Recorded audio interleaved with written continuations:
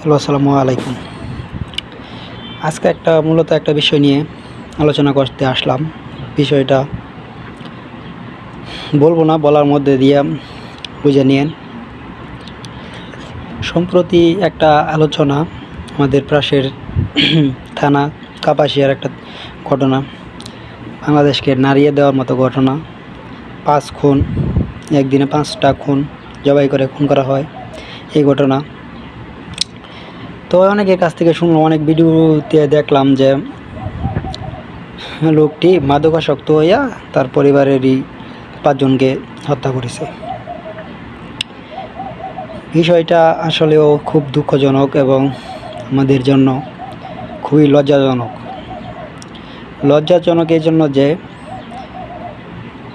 আমাদের এলাকায় বা আমাদের সমাজে এমন কিছু ঘটনা হয়ে যায় যার জন্য আমরা মোটেও প্রস্তুত থাকি না বা পূর্ব কোনো ধারণা থাকে না।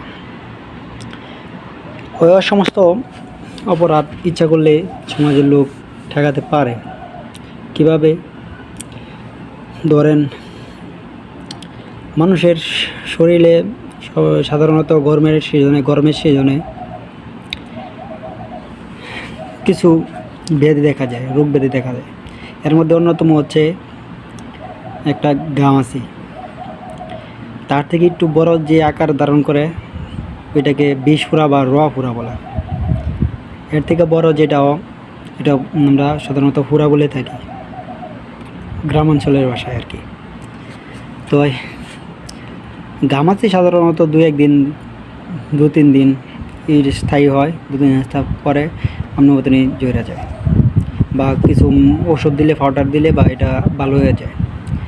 যেটা ফোঁড়া হয় সেটা মূলত আপনার আকারে ছোটো হয়, মাঝারি আকারে হয়, কিন্তু 2-3 দিন এমন পরিমাণের ব্যথা করে, মানে যা বলা বাহুল্য। ওইটা আপনার আকারের তুলনায় বেশি, মানে শরীরে ব্যথা করে আর কি। তো ওইটা বড় আকার ধারণ করে না, ছোটো আকারে যে পরিমাণে ব্যথা দেয়, মানে অসহ্যনীয়। আরেকটা হলো ফোঁড়া, সেটা মূলত অত বেশি ব্যথা লাগে না, কিন্তু আকারে বড় হয়। শেষ পর্যন্ত ওইটা অপারেশন করে তারপর ভালো করতে হয়। আসলে সমাজে বর্তমানে মাদকাসক্ত যে পরিমাণের অপরাধ করতেছে, সমাজের লোক বা বিভিন্ন বড় পর্যায়ের লোক তারা অবশ্যই জানে যে কে কোন পেশায় লোক, আসলেও কেটা কোন পথে চলে একজনের চালচলন দেখলেই বোঝা যায় আর কি।